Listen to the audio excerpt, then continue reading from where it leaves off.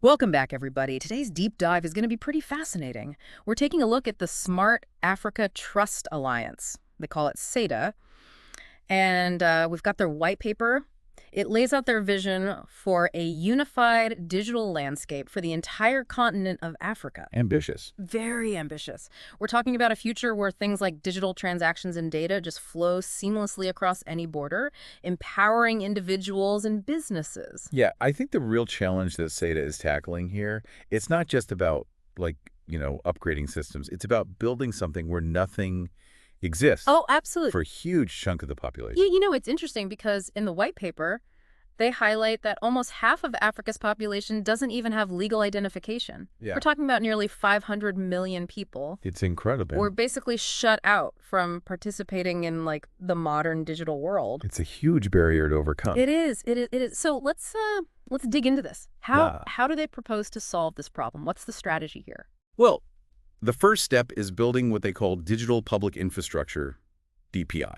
Okay. And it's like the digital equivalent of roads and bridges. It's Yeah. that foundational Infrastructure. exactly. Okay. And SATA is focusing on three core elements of DPI. The first one, obviously, is digital ID. Mm-hmm. And then there's digital payments and data exchange.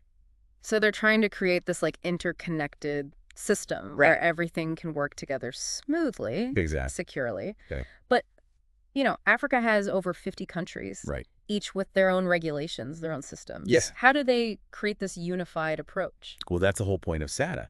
They're bringing all of these nations together to build this digital ecosystem. Mhm. And it all starts with the digital ID. So it's a Pan-African initiative? It is. Okay. But even if they can get every country, on board with this, wouldn't building a continent-wide digital infrastructure take decades? It's a huge undertaking for sure. But they are working with a sense of urgency. They lay out this ambitious vision of creating a single digital market for Africa. Yeah. Imagine a market that could rival any other in the world. That's a pretty bold vision. It is. Is there any indication that this is more than just, a pipe dream?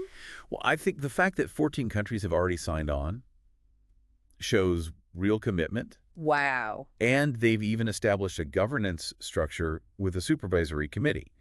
It's made up of ICT ministers and private sector CEOs. So they're not just talking the talk, they're walking the walk. Exactly. The Smart Africa Secretariat, the SAS, they provide operational support. So there's a dedicated team working on this. There is. Okay, so we've got the vision, we've got the strategy, Yeah. we've got the governance, but let's get down to brass tacks. Sure. What does this actually look like in practice? Okay. Can you give me a concrete example of how SATA could actually change someone's life? Well, let's imagine a student in Ghana who wants to study abroad in South Africa. Right now, the process of getting their qualifications recognized and transferring their records can be a nightmare. Yeah. But with SATA, their digital ID and their credentials are instantly verifiable Across borders. across borders. So it's not just about convenience here. It's about a huge economic impact. Absolutely. Think about cross-border trade. Okay. Let's say you're a business owner in Rwanda Yeah. and you want to sell your products to customers in Kenya. Mm-hmm. Right now, there are so many bureaucratic hurdles. Mm. A lack of trust can really hinder things. Yeah. But a unified digital system, Yeah. imagine how much easier it would be to verify credentials, Mm. process payments. Direct shipments. Exactly. It just really lowers that barrier to entry for small businesses It does. who are looking to expand beyond their borders. Right. It seems like this could unlock a lot of economic growth, Absolutely. innovation. Yeah, this is why SATA is really gaining traction globally. Interesting. Initiatives like the African Continental Free Trade Area, FCFTA, I've heard of that. they've laid the groundwork for economic integration. SATA adds that digital layer, I see. making trade and collaboration even more seamless. So it's more than just about building, digital systems in Africa. It's about connecting those systems with the rest of the world, Exactly. becoming a key player in this, global digital landscape. Right. But SATA is being very careful to make sure that this is done in a way that benefits Africa Okay. on Africa's terms. So it's a collaboration, Yes, but not at the expense of control. right. They want to ensure that African nations have ownership over their digital destiny. Okay. So how do they plan to balance those two things? They're working to align with those global initiatives while also promoting African leadership. So they're building a bridge, not an island. Precisely. They're engaging with the global landscape, Mhm. but ultimately charting their own course. That's a really powerful message, It is. especially when it comes to technology, Yeah. which can sometimes feel like it's being imposed rather than chosen. And they're showing that they're serious about this with their first use case, Okay. which focuses on cross-border verification for travel. Interesting. So imagine using your digital ID to travel seamlessly between Benin and Rwanda. No more paperwork, no more delays. Wow. They're already piloting this, That's incredible. showing the world that it's possible. That's a fantastic example of how this, seemingly complex vision can have like tangible benefits Right. for everyday people. Exactly. Yeah. And that's just the beginning. They're looking at use cases in healthcare finance, education, Yeah. everything. It seems like they're really laying the foundation for a digital revolution. It does feel that way. All right. Well, it sounds like SADA is off to a promising start. Yeah. But before we jump into all those exciting use cases, Wait, let's take a look at the nuts and bolts of how this all actually works. We Yeah. talked about digital ID and data exchange, but how does that actually happen? What's the technology behind all of this? that's where it gets really interesting. So a core part of their approach is this platform. They call it the Smart Africa Data Exchange, SADX. SADX. That's right. Okay, so SADX is like the engine that makes all of this work. Yeah.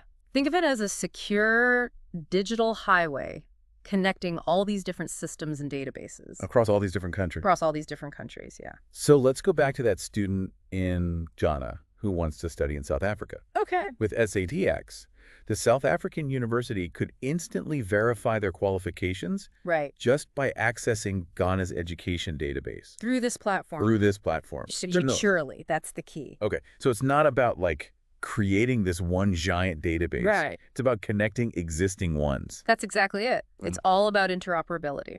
Yeah. Making sure these systems can talk to each other Without compromising. without compromising anything, security, privacy, all that. And this applies to more than just education, right? Oh, absolutely. Yeah. Imagine healthcare. A provider in Kenya needs to access a patient's records from Uganda, Makes sense. or a bank in Senegal wants to verify a customer in Cote d'Ivoire. Wow. It really could change how information flows across the continent. It really could. And SADX is built with security and privacy at its core. So how does that work? They use advanced encryption access controls.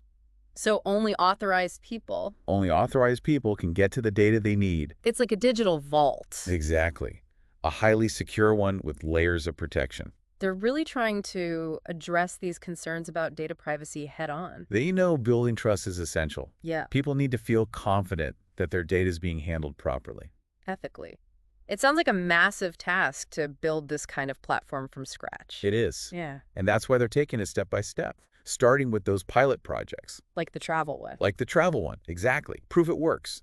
And they're partnering with tech companies Makes sense. who have the expertise to build these large-scale platforms. So in-house development and strategic partnerships. That's the idea. And they're also developing strategic frameworks Okay. to guide implementation.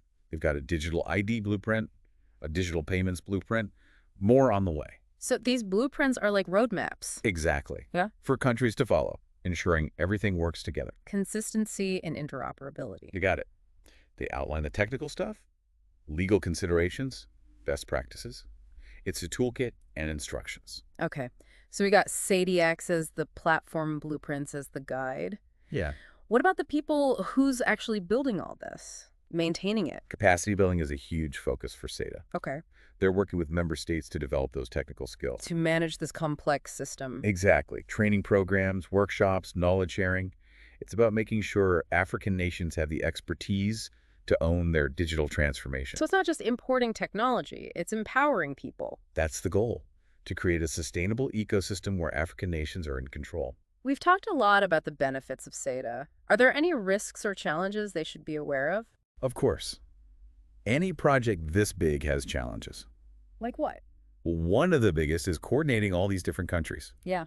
They all have different levels of digital maturity, Yeah. different infrastructure. Right. Some are way ahead of others. Exactly. Getting everyone on the same page, moving at a similar pace.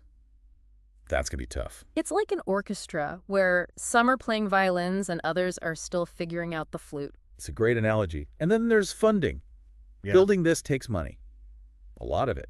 Where's that coming from? They're looking everywhere. Yeah. International development organizations, partnerships with private companies, even exploring things like public-private partnerships. So it's a mix of funding sources. It is. And with all that money comes scrutiny. Transparency and accountability are essential. To make sure everything's being used properly. Exactly. SADA is working hard to establish really strong governance mechanisms to manage these resources responsibly. Okay. So coordination funding, those are big challenges. Yeah. But what about the downsides of being this interconnected? Oh, there are definitely risks. Like what? We've seen how technology can be misused. Cybersecurity threats are always evolving. They're going to have to protect themselves. Oh, absolutely. They've made cybersecurity a top priority, Yeah. working with the best experts to secure the system. Do regular audits, have incident response plans. And it's not just about the tech. It's about the people. It's about the people. Fostering a culture of cybersecurity awareness. Because human error is often the weakest link. So true. Yeah. It's a holistic approach. Right. Technology, processes, education. Okay. So they're thinking about that. But let's get back to the exciting stuff. Okay. The white paper talks about a lot of potential use cases for SADA. Yeah. What are some of those? How could they actually impact people's lives? Okay. Let's start with something everyone understands. Mobile money. Okay. Huge in Africa already. Huge. No. But imagine sending money to another country. Yeah. Instantly, securely. No crazy fees. That would change everything. SADA could make that happen by making different mobile money platforms work together. That would be huge for remittances. Oh, absolutely. People sending money back home to their families, so much easier. And cheaper. Exactly. And it's not just individuals. Businesses could use it too. Paying suppliers, receiving payments from customers. Simplifies trade. Streamlines everything. Okay, so mobile money is one area. What else? Healthcare. Think about a doctor in a rural clinic in Tanzania. Okay. They need to consult with a specialist in Nairobi. Hard to do right now. Very hard.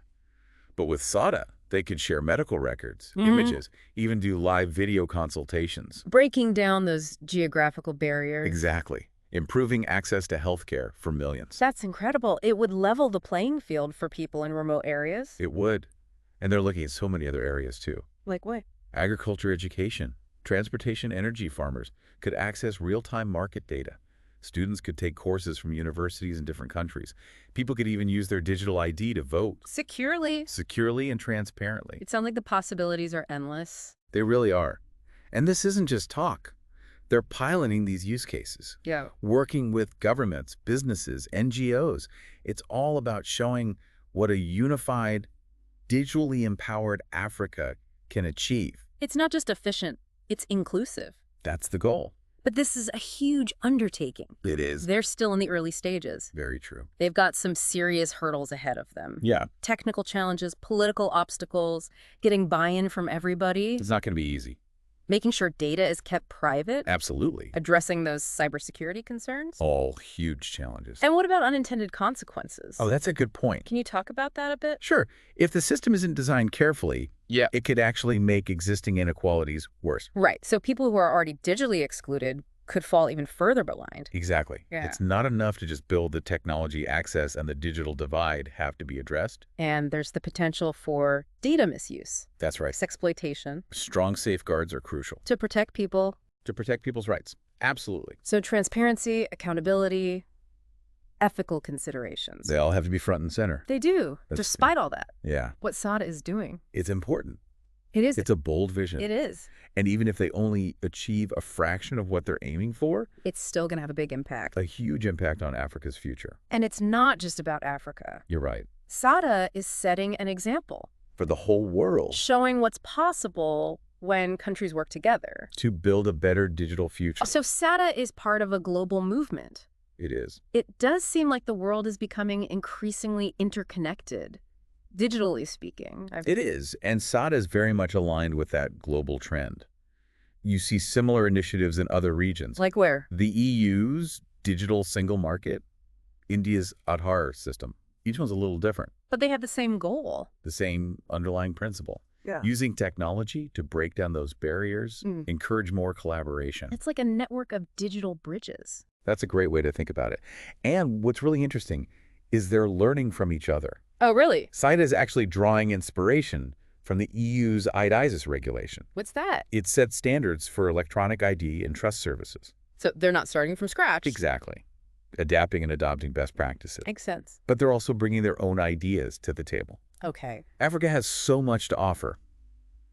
That entrepreneurial spirit, mobile-first approach, understanding the challenges of emerging markets. So it's a two-way street. Exactly. They're learning from the world. The world's learning from them. That's really cool. So SADA is part of this bigger global picture. It is. But let's zoom in on the individual for a moment. How do you think this will actually impact the lives of everyday people in Africa? What changes can they expect to see? Well, on a practical level, faster, more efficient government services. Okay. Imagine renewing your driver's license online. No more standing in line for hours. Or accessing medical records from anywhere. Less bureaucracy, more convenience. I like it. Right. And it's not just about convenience. New opportunities will emerge. Oh, yeah. Like what? Education, healthcare, finance. Huh? Imagine students in rural areas taking online courses from top universities. Wow. Or entrepreneurs connecting with investors and customers across different countries. So many possibilities. It's about opening doors, leveling the playing field, giving people chances they might not have had before. That's the transformative power of this. Exactly. It's not just about making things more efficient. It's about empowering people. It's a powerful vision. It is. But technology alone can't solve all of Africa's problems. You're absolutely right. Technology is a tool.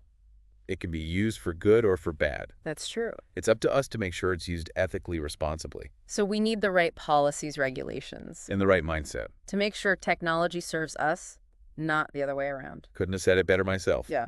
And that's where the conversation needs to go beyond just the tech stuff. What do you mean? We need to talk about the social, economic, political implications.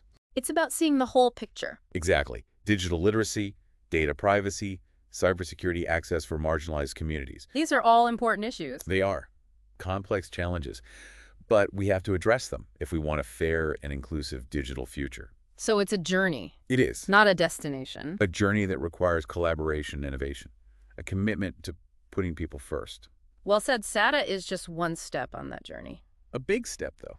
I think we've covered a lot of ground today. The vision, the strategies. The benefits, the challenges. SADA is a bold attempt to use technology to really transform Africa. Even though they're still early on, the progress so far is exciting. It's a story that's still being written. But it's a story worth paying attention to. It is. To our listeners, stay informed, stay engaged, and stay curious about this digital future that's being built right now. The future isn't something that just happens. We make it. We create it together. Beautifully said. Thanks for joining us on this deep dive into SADA and Africa's digital future. Until next time, keep seeking knowledge and keep diving deep.